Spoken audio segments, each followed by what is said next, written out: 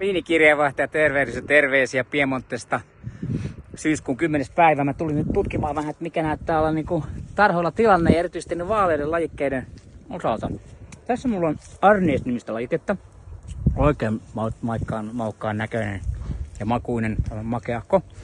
Ja hyvät sokerit. Tässä taas vastaavasti on Favoriitta. Tässä vähän mitä Favoriitta näyttää. Lähinnä maistuu. Oikein hauskan näköinen. Juu, täältä löytyy, niin kuin näette, niin siemen alkaa vähän tälle rusettua. Se tarkoittaa sitä, että pikkuhiljaa alkaa kypsyminen lähestyä.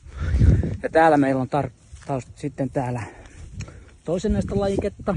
Ja tässä on yllätys sellainen, yksi mun lempilajikkeesta Chardonnay. Katsotaan vähän, mitä Chardonnay näyttää. Aina kun kypsyneenä onpas aika pienet rypäleet. Täältä se näyttää. Pikkuhiljaa rupeaa kypsymään. Eli sadonkorjuu lähestyy.